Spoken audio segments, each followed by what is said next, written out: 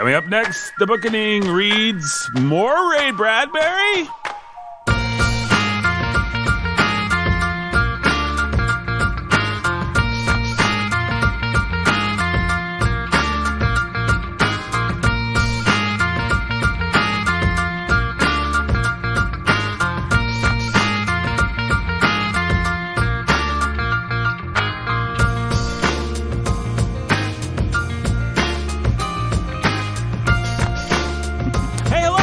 To the Bookening, week 4 of October, or should I say the Bookening?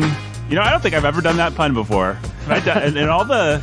I was wondering on the first episode of this Bradbury series, when I listened to it, if you actually did it, but I never heard it. Of all the thousands of Halloween-related puns that we've done, I don't know that we've ever actually hit the Bookening. Yeah, I don't think we have. That's an interesting thing about us. Maybe it's because we aim for quality. Yeah, that's what everybody thinks when they hear your endless puns. He's really going for quality. It's the perfect pun that he's after. It's not about quantity. It's not about pounding this idea into the ground, beating that horse till it's pulverized. Yeah, thank you.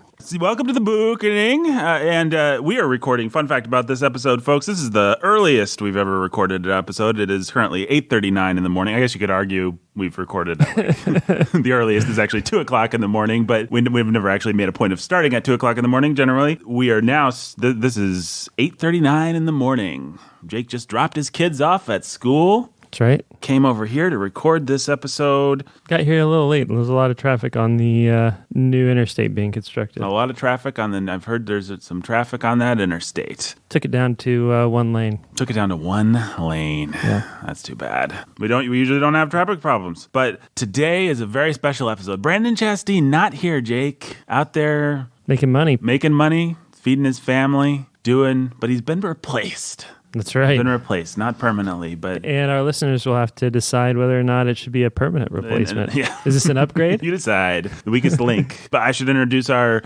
normal cast of characters first. I'm your humble and obedient host or ghost, joined by the pastor who's a master of... I can't even remember what the real one is. Pastor who's master of reading. Yeah. Or bleeding, considering that it is the final week of October. Or actually, no, this is not the final week of October. We don't have a It's the last full week of October. Yes, this is the last Bookening that you'll hear in October. So we wish you a happy Halloween. Enjoy your or Reformation Day or Harvest Day if you must, or birthday of Abraham Knox Menzel Day, or birthday of Jake's son Abraham Knox Menzel. Yeah, the most important thing that happens on October 31st. That's right. Was it a spooky birthing process? I'm not going to answer that question. Abraham Knox Menzel, born on the day that Martin Luther nailed those 95 theses to the door of the Wittenberg Chapel, something that we all are appreciative of, unless you're one of our listeners that's not, in which case... you're wrong. You're wrong. You should tell him.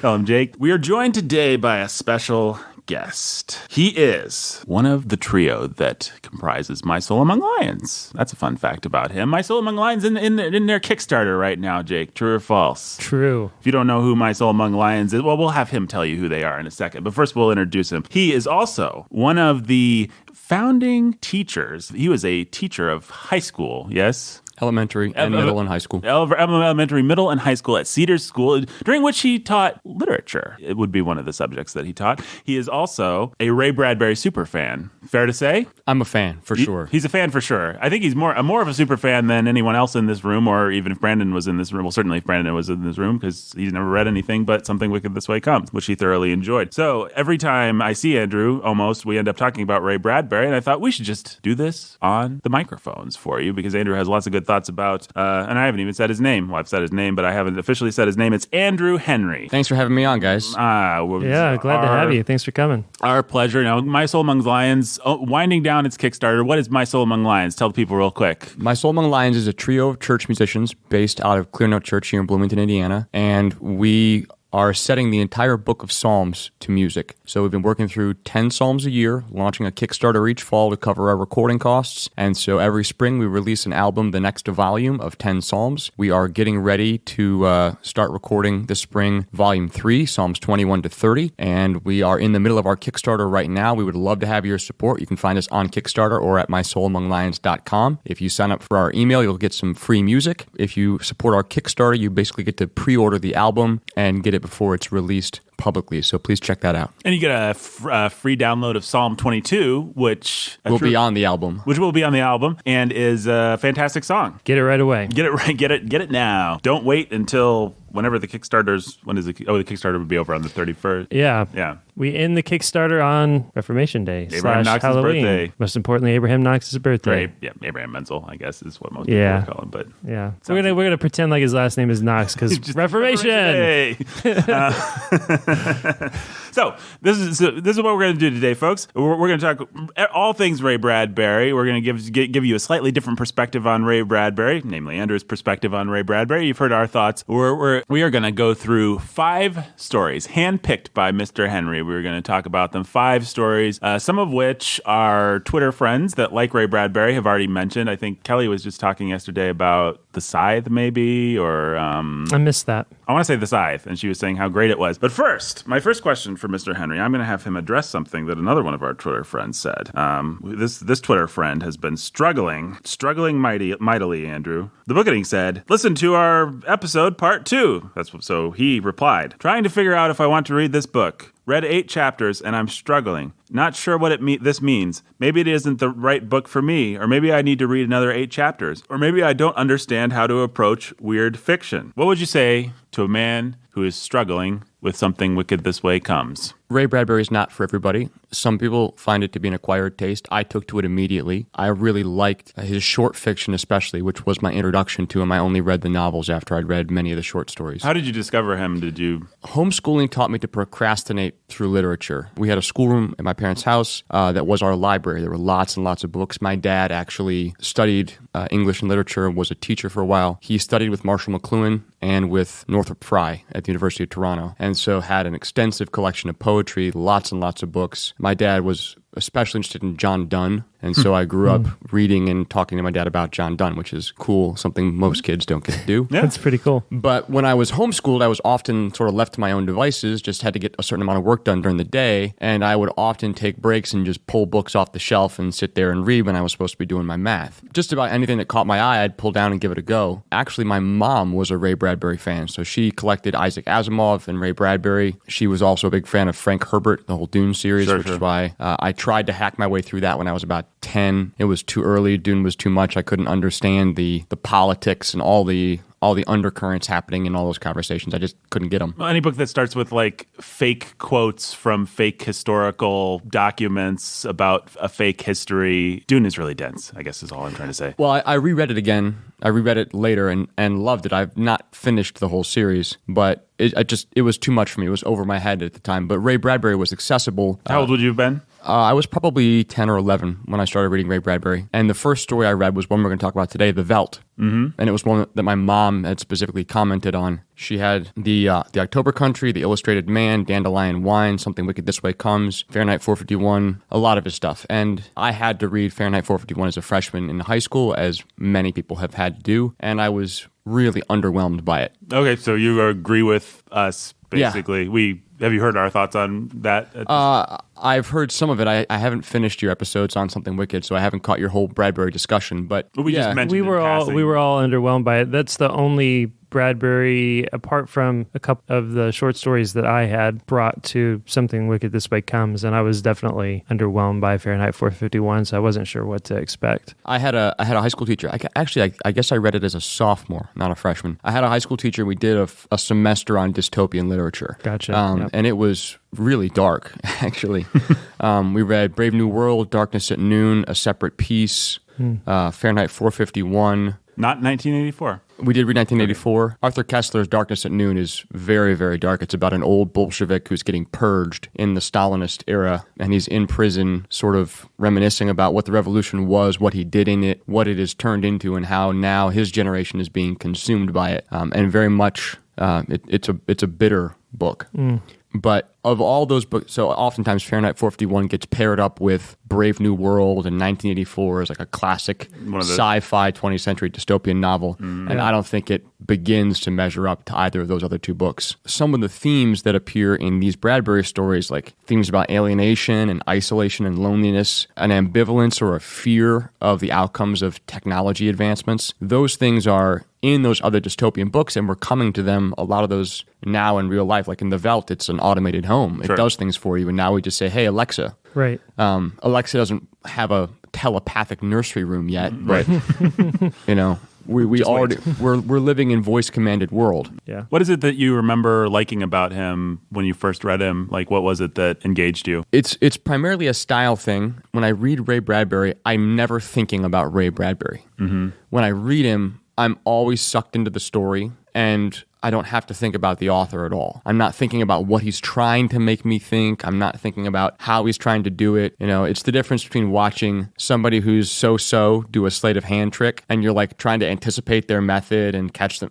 and then watching somebody who's an absolute master, and they're so good that you're not able to step outside them and observe objectively. They pull you in, and then you're watching the trick. Yeah, they're so captivating that you can't not participate in the way that they intend you to. Right. But the two things I really noticed were the way he writes about sights and sounds and smells. Three things, I guess, but especially smells. There's a lot of description of smells in a way that is very evocative when I read it. And that's something that I don't find a lot of other authors doing. Lots of authors will spend a lot of time describing the appearance of something visually, but Bradbury does a lot with smells. And like in Touch with Fire, his descriptions of the temperature. One of the guys observes that more murders happen at 92 degrees Fahrenheit than at any other temperature. Right. It's a factoid. Bradbury made it up, but the idea, he said, any hotter than that and you become lethargic. It's just too hot. Any cooler and you're not irritable enough. But right at 92, itching, sweaty. Yeah. Just the idea of that temperature, and then they're sitting out in this baking hot city watching this. The description of the heat and the way it makes them feel. And the African sun in the Veldt, when the parents go in and instantly the dad starts sweating. Even it's a simulation, but it's temperature controlled and it's intensity of light, and it's just very evocative. Yeah. Well, we in the episode that. Well, I guess people don't care when we release the episodes. In our second episode, we talked a lot about Ray Bradbury. On Something Wicked, we talked a lot about his style. And I think the conclusion we came to, especially in Something Wicked, is that he's a very generous stylist, in that a lot of people that go over the top like he does, that use metaphor like he does, are drawing attention to themselves. But Brandon kept comparing him to Dickens, which I actually think is a very good comparison, because they're both just like eager to... They go over the top in some ways, but they have this story that they're trying to tell. Yeah, it's because they're eager to make you live and see and understand this story. It's not because it's like, hey, look at this great metaphor. Yeah, I don't have a lot. See how writerly I am. I don't have any patience for writers who stuff things into the story to prove to you that they're smarter than you. Right. I don't want to spend time reading that. There are certainly some groaners. Oh, sure. Oh, yeah. But back to nothing about Bradbury passes the Strunk and White test. Yeah. Well, and I am totally a fan of Strunk and White. When I was a writing teacher, I was death on bloated sentences and bloated paragraphs in my students' papers. But that was because oftentimes the bloat happened in their writing because they didn't have a story to tell. They didn't have something they were trying to say, and so they just needed to find something to talk about for a page and a half. Right. So the rest was a verdant green. Blah, blah, blah, it was just hot air, and it's never just hot air. Even at Bradbury at his worst, he has a story he wants to tell, and he really wants to tell it, and he has an image, he has an idea, he has a thing. He's going to pile 4,000 metaphors maybe on, and maybe some of them will be groaners, like you said. But it's because he wants you to be there and see it and understand it. And I've never thought when I was reading Ray Bradbury, yeah, he doesn't buy into this story. He's just doing this for the money. Needed to get paid, so he wrote this. It's just, he seems like the kind of guy, when I read his stories, he's a writer who writes because he loves writing, and he can't help himself. Yeah. And that's very different from somebody trying to show off or put on a different style, like a coat, and show you how many cool metaphors they can cram into its pockets. And so I really like Bradbury for that reason, but some people don't just don't get Ray Bradbury. Sci-fi is not for everybody. I read quickly, so my default is always hack through 8 more chapters and see. But there are plenty of books that I put down where I've just been, no, not worth it, not going to finish this. And learning how to make a decision, there are great books in the world that everybody should read. Mm-hmm. That whether or not you love them or reread them, they are still a common touchstone of our human experience in a way that makes them valuable to you, whether you enjoy them or not. But the vast majority of things are take it or leave it. There's value in pushing yourself to enjoy or read things you don't necessarily automatically enjoy right away. But there's also value in knowing, okay, yeah, I'm not going to dig this. I have more important things to do with my time. Yeah. So knowing when to just cut it off and put a book away. The father-son element of the story that I think is the most compelling part of Something Wicked This Way Comes, of a child discovering that his father is actually a man. Mm-hmm. Yeah. And discovering that his father cares and feels and has strength and wants to protect him and is able to love him. And is able to protect him, actually. Yeah. Yeah, that doesn't really come in until later in the story. There's a lot of Mr. Electro and stuff to get through to get to that, and I understand if that stumps you. Yeah, the scene at the end at the carnival where they're putting the wax bullet in the rifle to shoot the witch. Yep. Father and son working together. The dad can't hold the rifle up because his arm is trashed, and he brings his son over and rests the rifle on his shoulder, and the two of them working together are pointing this thing. It's an amazing scene. The witch hunting them in the library. That's a great scene, yeah. Where she's trying to kill the father by stopping his heart. The son is terrified, and there's nobody there but the dad to do anything. The son is completely paralyzed. Mm-hmm. And it's also a story about a dad who feels like he's old, discovering that it's not over for him. Mm-hmm. And even as a young father, it's easy to think, oh man, there's some things that are just like, I missed that ship, that's gone. And I love the story for that reason, both for the son discovering the father and the father coming back to life. Yeah, that's what I love. So Eric, read it. That's what I love about it. I loved it from the beginning. I was very drawn into the style, the story. But yeah, that's the thing to love about Something Wicked This Way Comes. And that is the reason to persevere if you're going to persevere. But life is short. But I think the thing, maybe we've even said this, a lightning rod salesman comes down the street and is selling lightning rods to, what's his name, Will Holloway and Jim Nightshade, who were born on either side of October 31st. If you can't dig that, like if that turns you off, then you already kind of know what you need to know about whether you're going to like the book or not. Like, he starts so boldly metaphorical, so boldly prophetic, so bold. What's the word? It's pretty on the nose. It's pretty on the nose, but in a... Here is a story about one boy who's tempted to darkness. They're both tempted by the darkness, and one has a, nightshade. Right. Mr. Nightshade, and then there's Holloway. The light boy, and they know it, and then the guy, and a storm is coming. Something wicked this way is coming. And what's the metaphor for it? Why it's a storm. And, should you put the light... If you can't get into that, then, like Andrew said, life is short. And Bradbury isn't apologizing for it, and I love him for it. And if you find it to be tiresome, I don't know that I can blame anybody. Like you say, it's not... Like, I come back to what Andrew said. There are some books that, you need to persevere through them. If this was Moby Dick, for instance. Which I have tried and failed to read several times. I've also tried and failed to read, but we can all agree that Moby Dick is one of those books that we feel like we have failed for not having persevered through. The works of Shakespeare, you may or may not like Shakespeare, but if you don't like Shakespeare, the problem is probably with you and not with Shakespeare. A Midsummer Night's Dream is junk. We struggled with that. I enjoyed Midsummer's Night's Dream, but we did what is universally agreed to be the worst episode of the Bookening on it because we could not figure out what the heck to say about that.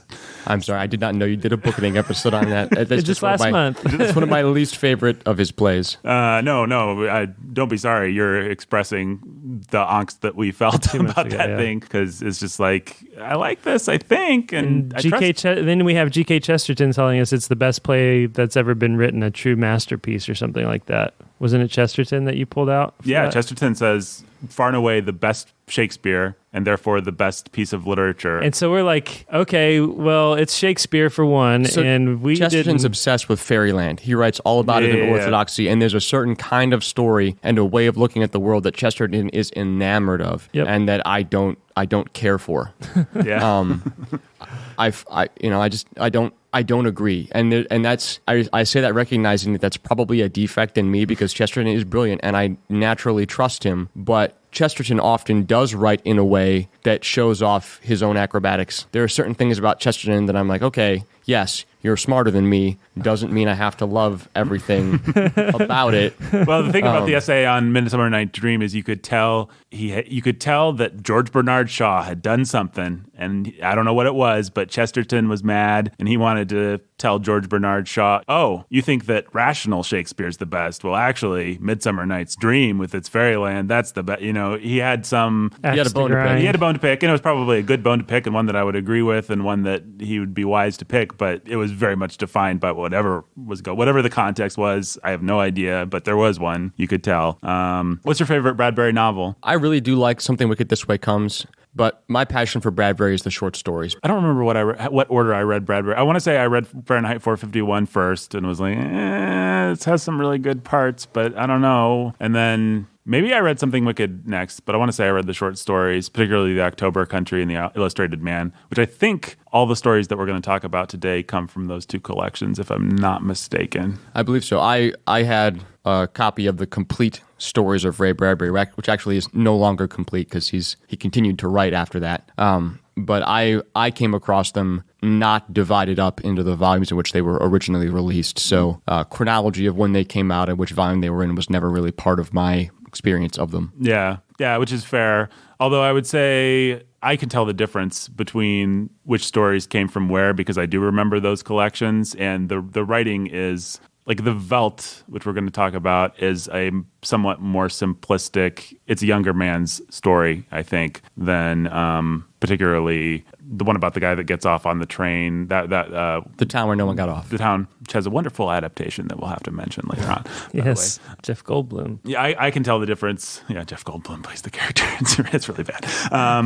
But I can tell the difference. Is your collection in like the order? Is it in any particular order? Is it alphabetical? Is it? It's not alphabetical. I'm not sure what the order is. Yeah, I don't know. Can I look at? I could probably tell you. This is The Stories of Ray Bradbury, 1980 edition, Alfred Knopf. What's the table of contents? Yeah, I want to say this is. It might be chronological. I want to say it's chronological. The Veldt is I know. fairly early on. Homecoming. Yeah, Small Assassin. Yeah, I want to say it's chronological. Okay. 5 stories picked. We've got The Scythe, The City, The Veldt, The Town Where No One Got Off, and Touched with Fire. Touched with Fire. All right, well, let's just take them in that order then. So The Scythe is the first one on that list. What made you pick? I guess we might as well, just for the Bradbury neophyte, we might as well basically tell them what these stories are. If you don't want spoilers, then...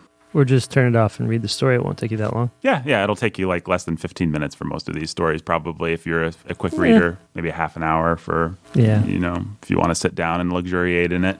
So the Scythe is a story about a family traveling, and their car breaks down, and they get out and end up coming up to a farmhouse, and they find inside the farmhouse an elderly farmer dead on a bed with a note on his chest bequeathing his farm and all of his effects to whoever finds him, asking only that they continue to harvest the wheat field. And so they decide to settle there. So they bury the man, and the dad, Drew, picks up the scythe, which has this little plaque on it that says, "He who wields me wields the world." And he begins cutting the wheat field, and it's an odd field because it ripens in patches. And then at a certain point, he realizes that he is harvesting lives, that the scythe is death, and that every stalk of wheat is a person, and that he harvests them as they become ripe. As their time to be harvested approaches, it's his job to cut the wheat. And obviously, as a premise, that's way out there. Right. But the impact on him, he decides what happens is he realizes one day he's out there cutting and he realizes he just killed an old friend. His mom first, actually, wasn't His mother first. I think he also runs across an old friend, but then he decides he's not. Whenever he finds his family, his wife and his kids, he's not going to cut them. Mm-hmm. And eventually, he does find where they are and decides not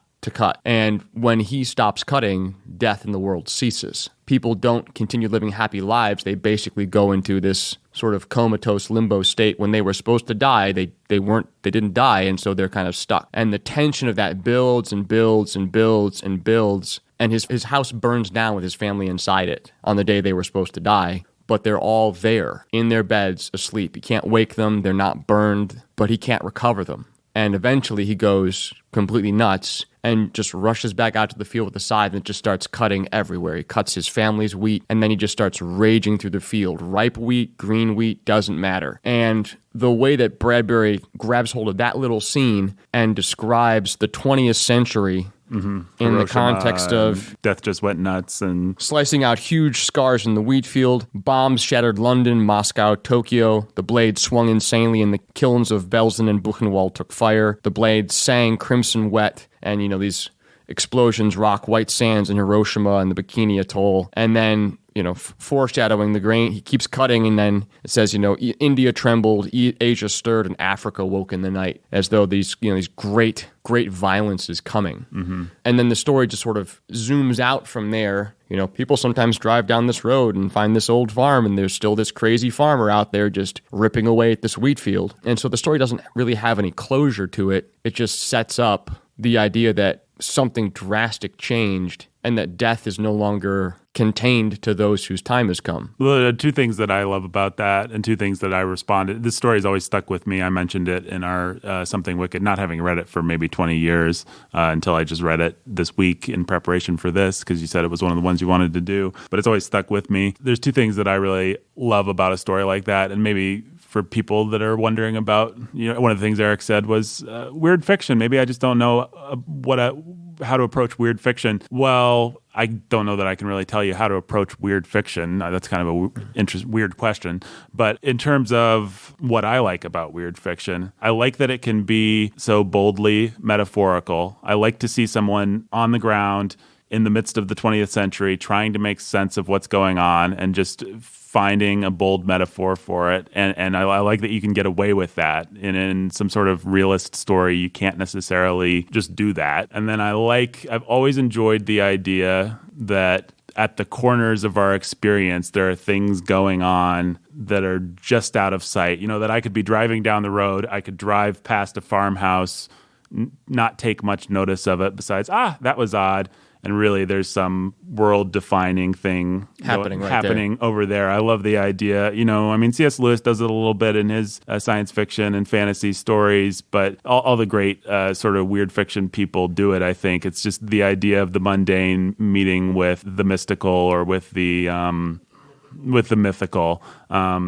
And I love that. And as Chesterton points out, that's what a fairy tale actually is, because when we read a fairy tale, the woodcutter's daughter seems like it's a faraway fairy tale-ish thing, but to someone who was reading Grimm's when it first came out, they're just reading the story of someone going about their mundane life who suddenly meets a witch on the road. And I love stories that can do that in a modern context for us. I'm driving down the road and I drive past Death wielding his scythe, and it just looks like an old burned down house and a field of wheat and a crazy old farmer. I really like and respond to those things. I don't know that I have anything more significant to say about it than that, but that's what I like about weird fiction. And if somebody doesn't like that, if they think, that's just kind of like lame and just a weird parable and who cares and what does it really explain anyway, I can understand that, but I love it. I'm trying to remember where I read it, but it might have been, I don't think it was, maybe it was Chesterton, but somebody describing the difference between a lot of fairy tales and older stories and more modern stories, and they made the comparison that a lot of fairy tales and older stories are about a normal person who's suddenly thrust into a very abnormal or unusual world. That is Chesterton. That's Chesterton, yeah. Is that an orthodoxy? I think so, yeah. Where most modern stories are about a very abnormal or neurotic or broken person trying to function in the normal world. And I think we have enough of our own problems neuroses, that reading a story about somebody else's neuroses when the setting of their world itself is bland and normal doesn't have any appeal to me at all. I think also that's part of the reason why we have such an interest in superhero stories, which I generally don't like. Very few that I've ever read or watched begin to crack open the question of how does it really work in a person's life to live with these powers. It would distort everything in ways that are, the unintended consequences would be outrageous. And most superhero stories require us to simply suspend disbelief of that. And so I don't find the Avengers very compelling because I do like superhero stories, but I do always want somebody to just do the one that actually really deals with, like, I'd love to see the Superman movie, for example, that just deals with, here's a guy that can solve world hunger, that can stop all war, that can get rid of all nuclear weapons, that can do this and this and this and this and this, and then we've still got humanity left, and we've still got original sin, and we've still got all the, what actually happens if Superman that's just a random example that popped into my head, but well, it's an unsolvable problem. Right. You can't, no matter how much you power up a superhero, he can't solve sin. Right. And so there's a frustrating, you're approaching the world's problems with the wrong tool. And no matter how big and how powerful you make that tool, how capable you make that person, it's a failure. It just fails. But I think there's much more value and interest in a normal person in an abnormal world. And a lot of Ray Bradbury stories are about very normal seeming people in very unusual environments. I didn't pick it for today, but there's a really funny story. It's about a guy who opens a hot dog stand on Mars. He gets there early before the settlements really happened. He and his wife left Earth, and she wasn't happy about it. He had a vision to go there, and they're setting up literally like an outdoor roadside hot dog stand. Like he's making onions and all this stuff, and they're waiting for the first ships of the colonists to arrive. And she's basically saying, "We were stupid to come here. We left everything we know. This is not going to work." He's like, "Oh, it's going to be great." And they're standing there, and he's waxing eloquent about how they're going to make all this money and everything's going to be great. And they're watching there, and while they watch, they see Earth suddenly consumed in a nuclear holocaust. From Mars, they watch Earth explode. And then the wife turns to the husband and says, "Honey, I think it's going to be an off year." and the idea of, the kind of guy you would run into at Wrigley Field, a hot dog guy on the side of the road on Mars with these big plans, big dreams for what's going to happen. And that exposes the nature of people without having to make up anything extraordinary about people. Right. The dynamic of that marriage and those conversations, the husband is the eternal optimist, always after some harebrained scheme. The wife is annoyed and frustrated with him, and then the whole thing is just like, well, it's not going to work. A lot of people do criticize weird fiction, science fiction, the Star Wars movies, whatever, for having simplistic characters. I know I've said this a billion times on the Bookening, I guess, now that I think of it. But I think those stories actually, when you're going to put people into an abnormal, crazy situation, it actually helps to have super relatable, simple human motivations. Like in the Scythe, it's just a farmer, or what is he? He's just like a drifter or something. He was a farmer. He was a farmer. Yeah, it's like you get the sense that you're dealing with a Dust Bowl situation. They're on their way to California, like seeing a Steinbeck nut and Grapes of Wrath. Yeah. And they broke down on the side of the road, took a wrong turn. The kids are hungry. Ran out of gas. Kids are hungry. He doesn't want to go up to the farmhouse because he doesn't want to beg. Yep. His wife is like, the kids are hungry. We got to do something. We don't have any food. We got to do something. And then he softens up and melts and humbles himself, and he goes. And then he encounters, from there, he enters the rabbit hole. Right. You have a super abnormal psychological portrait of you or I in this situation. The story doesn't work. You need the simple character with universal human emotions and feelings and desires in order for the story to be the story. What do you think about the Scythe, Jake? I don't know that I can. With all these stories, what you really do get is the sense that Bradbury is just more of he's an ideas guy. He's a very fertile, creative, and he has an idea. He sits down and he writes it. and then he has another idea and he sits down and he writes it. I like what you said about it. I think that's often, we talked a lot about this with Something Wicked This Way Comes. You have prosaic, normal kids in a prosaic, normal town, and then great evil comes. And so the Scythe, you take a normal family on the road and you throw them into a very wild, bizarre situation. Let's see what happens. But it is simple. It's almost like a parable or like a joke. Here's the setup. Here's the punchline. It is just the idea. And I think most Ray Bradbury stories probably are like that. And that's not a criticism or a flaw. It's just a description of what they are. They are, here's the one thing that I'm going to tell you about. Well, it's also, it's one of the weaknesses. It's like when we were talking about before Twilight Zone episodes, and I guess Bradbury wrote one or two Twilight Zone episodes. He wrote a number of them. Well, this is a super nerdy thing to know, but he wrote a number of them. The only one that was actually ever produced was, I believe, Icing the Body Electric is what it's called. It's the one about the robot grandmother. But the thing about any old Twilight Zone episode or whatever is there's always one conceit, and the conceit itself is always an interesting conceit, and whether or not they pull it off, whether or not it pays off in the end is a totally different question. But the conceit's what's really interesting, and that's what sticks with you. And it is what sticks with you and what you remember. And I think I think there are times when Bradbury really pulls things off well, and there are times when he doesn't pull them off so well. But there's always an interesting idea going on. Yeah, agreed. Anything else to say about the Scythe before we move on to our next pick? Nope. All right, what is next? Next is the city. The opening line is, the city waited 20,000 years. And when you pointed out that the sort of one-dimensional, or you get one conceit, one shot, part of the short stories is both a strength and a weakness. One of the things it really costs is you just don't have time to develop characters. Every story has fresh characters, and they're only developed insofar as you need a certain amount of development for their choices and dialogue and things to make sense in the story. And beyond that, they're left I wouldn't say weakness, unexamined. though. I would say just you have to realize that's It's what a he's limitation. doing. It's a limitation, and if you come to it expecting great character development, you're expecting the wrong thing. From the wrong genre. Right. Yeah, it is a question of expectations. One of the things I like about these fairly normal people in these abnormal circumstances is you never have to contend with the idiot ball that you run into in a lot of modern fiction. Like, people who have special knowledge or powers or things. Right. Why is it that they don't use them all the time? Why is it that they seem unable to solve some problems which should be easily solvable? What's the term for an overpowered character? Is it a Mary Sue? Mary Sue, kind of. Mary Sue is what they call a character that has all the virtues that we wish a character would have. Right. And just... Yeah, a character that's just, too good. Right. Yeah. You never run across that in Bradbury because the characters aren't powered usually. Some of the characters do have abilities, or there are, in the Skeleton or the Small Assassin, there are characters who are extraordinary.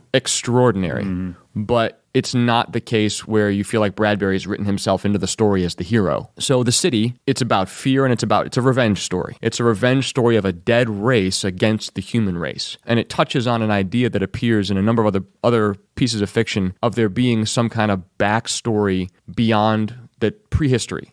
So it's Planet of the Apes. It's Star Wars Knights of the Old Republic. The idea that there was a great civilization, a great war, something that happened tens of thousands of years earlier than our earliest known history, and it has passed from knowledge on one side or both sides of the conflict and is gradually being rediscovered. So this city exists as a weapon against Earth, against men. And a rocket ship lands, and a crew of men get out, and they start exploring the city. And the city, while it's a machine, is active. It's weighing them. It's smelling them. It's listening to them. It's sensing the materials of their ship, the way that they walk. It's trying to figure out, are these men from Earth? And once it figures out whether or not these visitors are men from Earth, then it's going to decide either to follow its programming and take revenge on Earth, or let them escape unscathed, because other rocket ships have landed with explorers from other worlds that were not Earth, and the city let them escape. But in this case, it is men from Earth. And so the city takes revenge for the extermination of the entire race that was on the planet. How did they do it, Nathan? Well, they what do? They end up eviscerating all the men and packing. There's a nice gory description of them taking out all the innards and then putting new mechanical innards in, and they're basically creating like bioweapons, aren't they? Like they're going to go back. They end up packing bombs. Yeah. They load the rocket ship up with biological weapons and send them back to Earth to exterminate man. Yep. And that whole story as an idea of man's the danger of our technology putting us in situations we're not prepared for and exposing us to dangers we can't anticipate. Bradbury he's not a technological optimist in the sense he's not looking forward to the singularity. Bradbury is not a guy who would have been totally excited about the idea of downloading your brain into a solid state drive so you can be done with your body and live forever in a network. No, he wouldn't have been excited about Alexa, as we'll find out in a later story.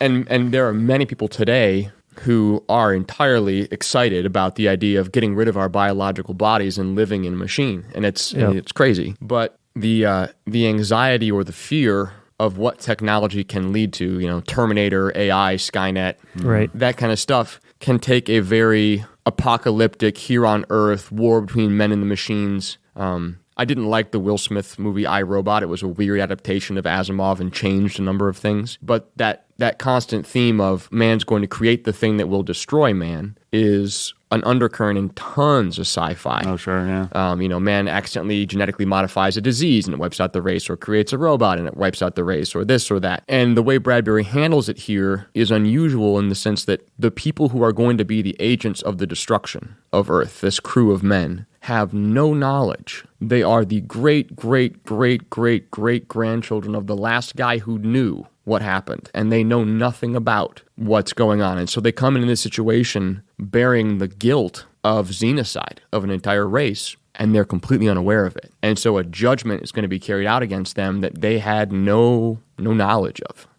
And that makes it, that's an additional layer of it being frightening, answering for the sins of your father that you had no idea about. I always like any sci-fi story that has a history to it. I was making fun of it in Dune a minute ago, but I mean, even in just something as simple as Star Wars, one of the things that I think is dumb about the prequels is that they give you the whole history, whereas it's wonderful to be able to use your imagination before they came along and just think, oh, what was the Old Republic like? What were the Jedi like? Like Lord of the Rings is similar. When someone can do the world building, feels lived in, and it feels like there's a history, and it feels like all the really cool, awesome stuff happened before the story, all the whole history that you would have loved to have read.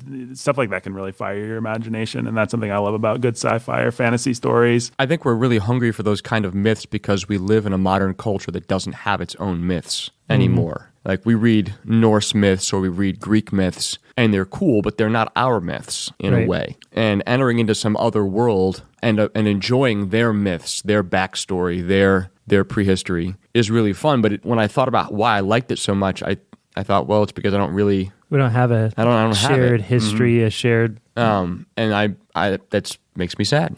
Yeah. Isn't it Captain America and Iron Man though? And Star Wars. Isn't that what it is? No, it's not. Maybe it will be a couple generations from now.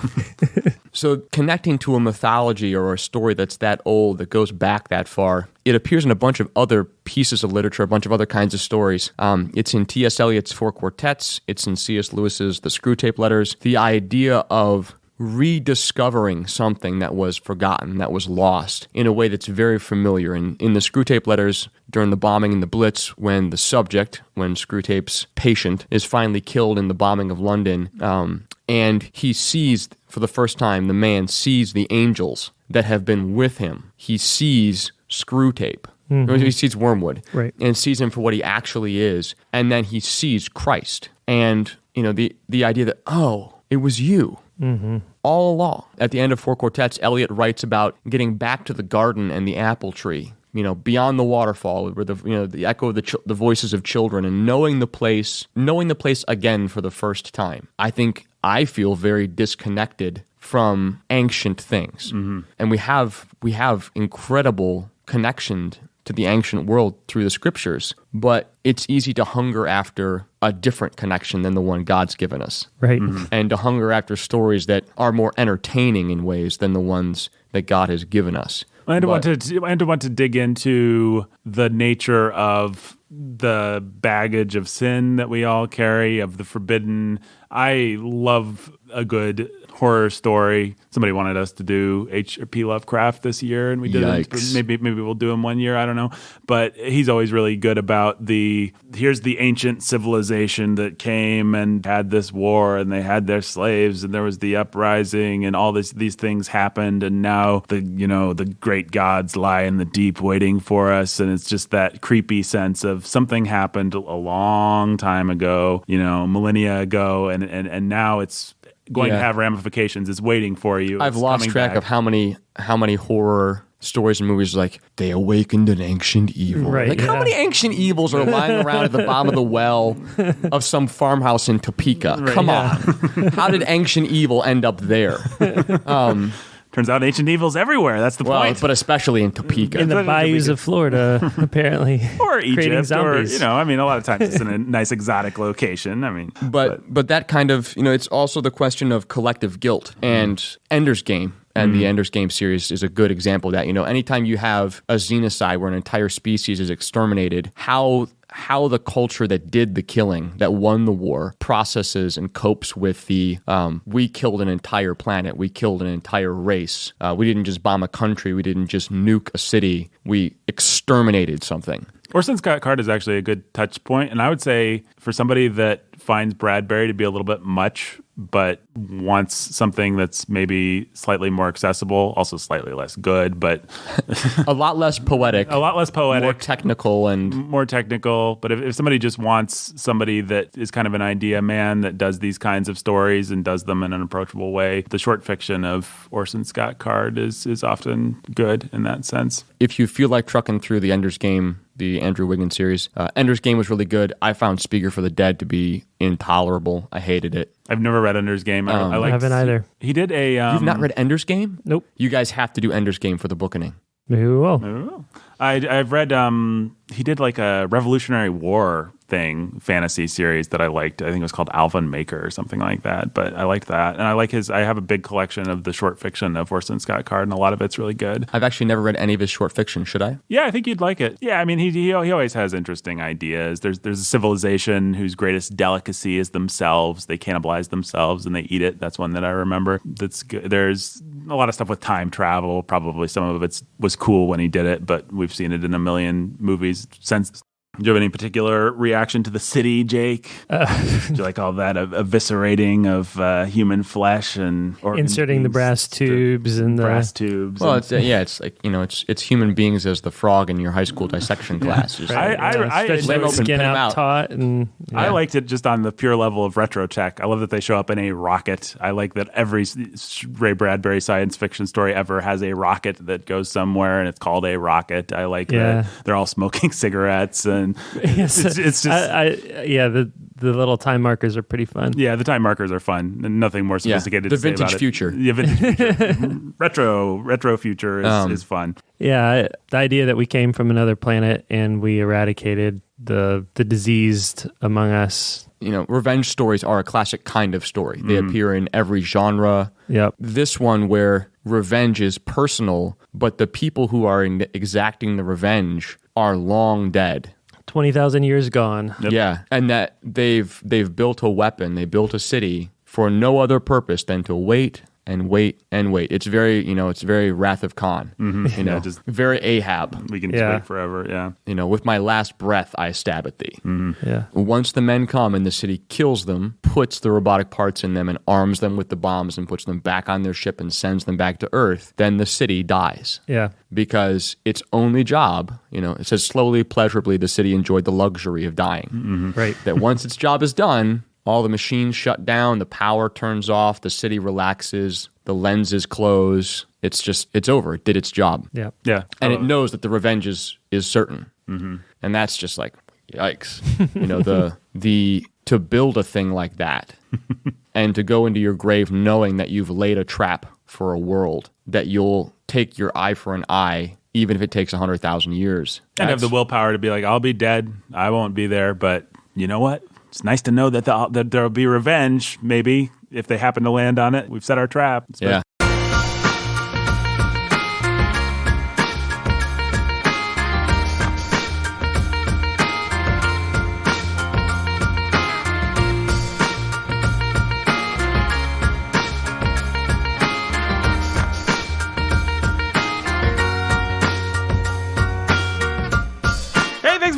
Bookening every day, or every day. Yeah, thanks for listening to the Bookening every day. I know you're a true fan. You like to listen to the Bookening every day. We've only got 61 episodes. How many times have you listened to those episodes? If you're going to listen to, let's see, there's 365 days in a year. So if you're going to listen to, how many times through the entire run of 61, 62, 63 episodes of the Bookening would you have to listen to it in a year? About 6 times. So you've already heard all these episodes 6 times, and probably your favorite thing is these little outros we do. I'm a big outro fan. You know the score. You know the Bookening was produced by Nathan Alberson, hosted by him, performed or co-hosted, whatever you want to say. We never really have nailed down what to call them, but our panelists were the Jake Menzel and the Brandon Chastain, and oh look, we've got a special guest on the outro. Whoa! Hey! How did I even get here? It's Ben Sulzer from Sound of Sanity. Whoa! I'm feeling insane about being here on the Bookening outro, Nathan. Well, we're happy to have you, Ben. It's possible we're recording this outro at a later date and that we forgot to do it. But what you just heard was the first 2 stories of Ray Bradbury. Well, you didn't just hear the stories. What you just heard was a discussion on the first 2 stories of Ray Bradbury. We're going to talk about 5 of them in all, so we'll be back next week to talk about 3 more Ray Bradbury stories. And then it'll be into Martin Dressler by Stephen Milhauser, a novel that I enjoy quite a bit, but that people have some complicated feelings. And we might even hear some of those feelings from our guest, Andrew Henry, next week. And then you'll hear lots more of those feelings and thought, ideas, and things from Jake Menzel, the pastor who's a master of reading. And will they hear from me, Nathan? Nope. Will they hear my feelings? They will hear 0 feelings. They can go over to Sound of Sanity, find podcast. They want to hear your feelings on all kinds of things. But not Martin Dressler. Not Martin Dressler. You got any thoughts on Martin Dressler? No, but... He's an American dreamer, Ben. Okay. Do you have any thoughts on the My Soul Among Lions Kickstarter, Ben? Yeah, it's really great. You should support it. Yeah, it's still going this week. People should support it. This is your last week. That's right. If just one person supported it for $8,000, then we'd have our Kickstarter goal. Snicker Snack. Snick Attack? Snicker Snack. Oh, Snicker Snack. Anyway, folks, thanks for listening to The Bookening. We'll be back next week with a longer episode on Ray Bradbury, and hope you enjoy. See you next week. Bye.